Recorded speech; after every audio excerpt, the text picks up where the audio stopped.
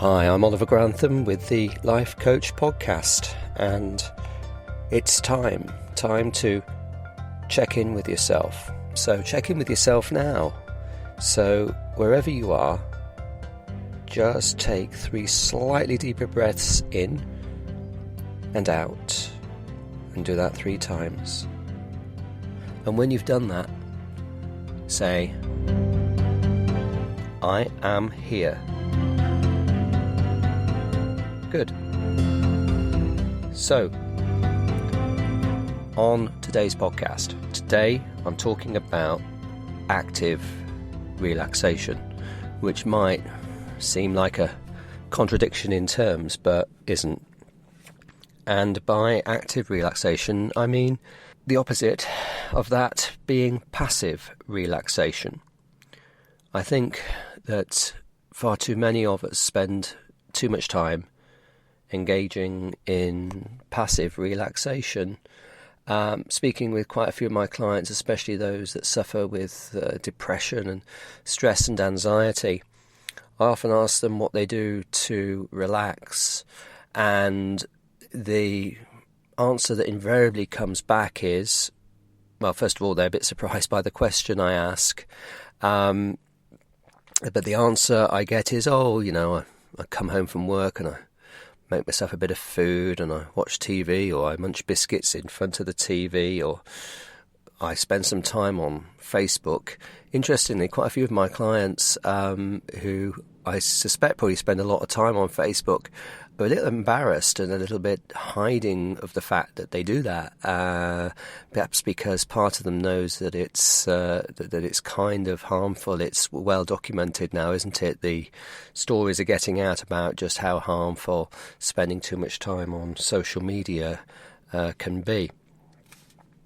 Anyway, going back to active relaxation, okay, versus passive relaxation. And before I talk about active relaxation a little bit more, let me just go on and give you a bit more of my thoughts about this idea of passive relaxation. Passive relaxation, certainly done too much, degenerates you, okay? It has a psychological effect on your mind where you're not in control. The programming, the way in which you are entertained means you have no control over it. So let's take, for example, watching TV. You have no control over the characters in a film or a soap opera, and your mind preoccupies itself with playing little games as to what might happen next. You have no control over the adverts and the advert content that you're watching, which are psychologically subliminal to psychologically try to persuade you to buy their products or services. And in relation to passive relaxation, what I'm really talking about here is anything that involves a screen, okay? So television, social media, whether that be on a computer, a tablet, or a mobile device, gaming, including PlayStations and so on, and apps, and non-visual as well, things like radio. Listening to, for example, commercial radio in the car going to work in the morning becomes like almost a hypnotic event, which a lot of commercial radio stations know about because they know that a lot of people driving to work are in kind of automated mode and still half asleep, and that's a good time to put adverts on and so on and so forth, because it's a hypnotic subliminal way of doing it. Now, your time is valuable. There are only 168 hours in a week. Okay, doesn't sound like a lot, does it? And it's not. Assuming that you sleep for 8 hours a night, and some people sleep for less and some people sleep for more, that leaves 112 hours in the week waking time. And I've got just something to think about is, well, how much of those 112 hours in a week are actually valuable to you, valuable for you? How do you measure value? What is valuable to you? And this whole idea of life value and values is something that I'm going to talk about in future podcasts.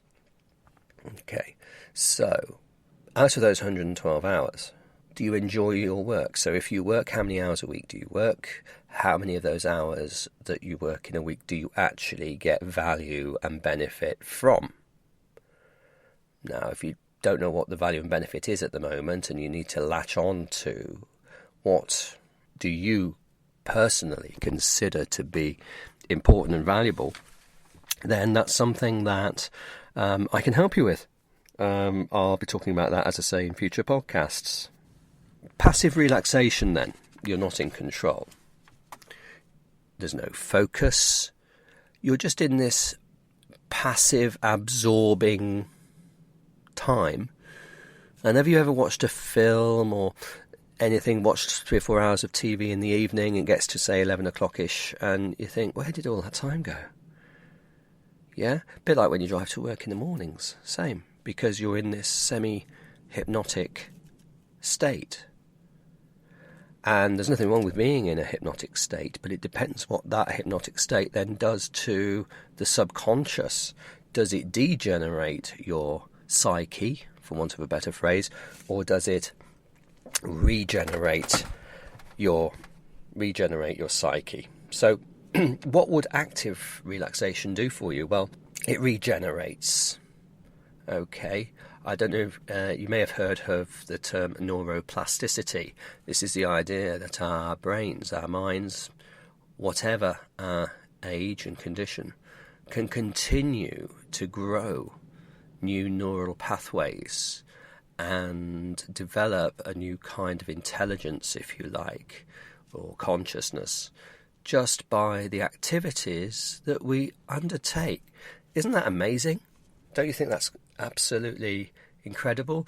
It's like your brain or your mind is like a muscle that needs to be stimulated in certain ways, like giving it a workout down the gym. Okay? So active relaxation regenerates. You have a feeling of being in control. You'll be more focused. It's like a meditational time distortion, if you like. Einstein said in his theory of relativity that time can distort and time can go by very, very quickly when you are active in certain ways, when your mind is active in certain ways. And I don't want to be prescriptive here. I don't want to give you a huge long list for fear of narrowing your ideas on what active relaxation might mean for you. Okay, but by this I mean things like reading or starting a new hobby. Did you have a hobby years ago that you've somehow shelved and other things in life have got in the way? Or if you wanted to begin a new interest or hobby, what would it be? Make time for yourself to go walking out in nature, or meditational mindfulness exercises. That are designed to focus the mind in a certain way. That's going to give you that subconscious workout, subconscious lift. And with practice, if you do it right, you'll feel more energized. Okay? You'll feel more energized, more fresh and creative, feeling more grounded, and that sense of feeling in control, having a clear focus and idea on where you're going. What I'm not saying is that you should undergo some complete life change. What I am saying is, however, is to be aware of just how much passive relaxation do you do. And if you would like to consider just introducing yourself to a bit more active relaxation, maybe just starting for 5 or 10 minutes a day, go for that walk, okay? Instead of messaging somebody on Facebook, put your device down and give them a ring. Or better still, invite them round for a cup of tea, okay? And actually speak to them, and actually being there in their physical presence. Take a drive out and go and actually see them, okay? And then see how you feel about that afterwards. Now, making changes can also be very stealth and take you by surprise. I often ask my clients some weeks or months down the road, how much do you think you've changed? And for the better. And they shook their shoulders and say they're not sure. And then when I show them a record of conversations we'd had in the past and what they wanted to achieve and their objectives in life, they look back and go, oh my word, look how much things have changed for me. Because we tend to be quite hard on ourselves and we don't notice slow, gradual change. People who haven't seen you perhaps though for a while will notice those changes when they speak with you or meet with you, because it just seems to be it is a psychological feature of us as human beings that we don't notice change, incremental, slow, tiptoe type change very quickly. But it's only when we look back that things do appear to have changed quite significantly. So it's important to measure change. Now, I'm not saying you should do this really, really scientifically or anything like that, but it is important to be aware that change happens, often without you noticing it, okay? And I've given quite a lot of thought to this and thought, well, how can I help you to record or notice these changes better? And so I've put together an active relaxation resources pack, and on there's a guide with days of the week on and all that kind of stuff, where you can print it off and write it down or just download it and type it up, whichever you want to do. And there's also some audio on there, some guided relaxation hypnotic audio that I've also done for you.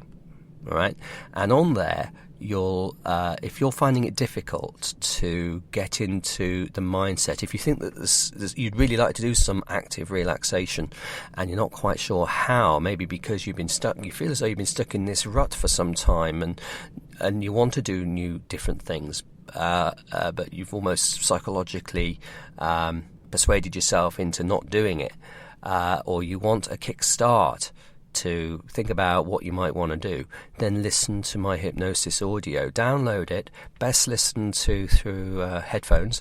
So actually download it onto your device, put some headphones on, sit or lie down where you're most comfortable, where you're not going to be disturbed for a while, and just give it a listen. And I'm doing all of this, these 3 pilot podcast episodes, I'm doing for you, okay? So I'm doing it because I want to hear from you. It would be great, lovely to hear from you, and let's get a group going on Facebook. If you type in Facebook, if you are on Facebook, which means that might seem like a contradiction with everything I'm saying, but I'm using, obviously, social media, Facebook, for what I think is a really positive purpose here, okay? It's the Life Coach podcast, okay? So also head on over to Spreaker, that's Spreaker, Spreaker.com, and head on over, type in the Life Coach podcast, Oliver Grantham, you'll see me there. Join me, follow my radio shows there. And here's the thing, if you join my Facebook group, head on over to Spreaker as well. There'll be a link to the Spreaker radio on my Facebook group as well. I'll try and make this link available as for the radio show as much as I can for you. And in a few days' time, be a live show, okay, this coming Sunday at 9 p.m, where this is a pre-recording, okay, of a podcast, but I will be going live, and on there you can type in any questions that you might have for me. So if you're listening to this podcast now and you've got any questions for me that you'd like to ask me, not only that, but I'd love to hear from you on the activities that you're doing, on the active relaxation that you're doing. I'd love to know a wide range of stuff that you guys are doing. It'd be really, really good to see how you embrace this and go with it. And I'm here, as I say, to help you. At the same time, I'll be going simultaneous on Facebook. So if you join my Facebook page, which is Mind Matters for Life, okay, Mind Matters for Life, all one word, type it in on Facebook, you'll see I'll be going live at 9 p.m. So I'll be switching on my iPad at 9 o'clock on the Sunday night, and you'll see me there live. You can also, I think, type me questions there too, and type me questions on the speaker as well. If in the meantime you want to ask me any questions, join the Facebook group or email me, oliver@mindmattersforlife.co.uk, and I'm happy to receive questions in advance of the show as well. So I hope that what I've been saying here has helped you think about the types of passive relaxation that you might presently be doing, and really kind of to alert you that you might be doing a bit too much of it perhaps, and that I've given you ideas on what you can do differently. And not only that, but notice that you've done those things differently, and notice the actual benefits that you actually get from doing active relaxation, and give you ideas on what kind of active relaxation that you can do. And as I say, head on over to my Facebook group page, the Life Coach Podcast, and on there you'll find stuff to use that you can use in any way that you'd like to help you along with this. I'm Oliver Grantham at the Life Coach, and just reminding yourself then to check in with yourself often, embrace positive change, and wishing you a very happy life journey. Until the next time.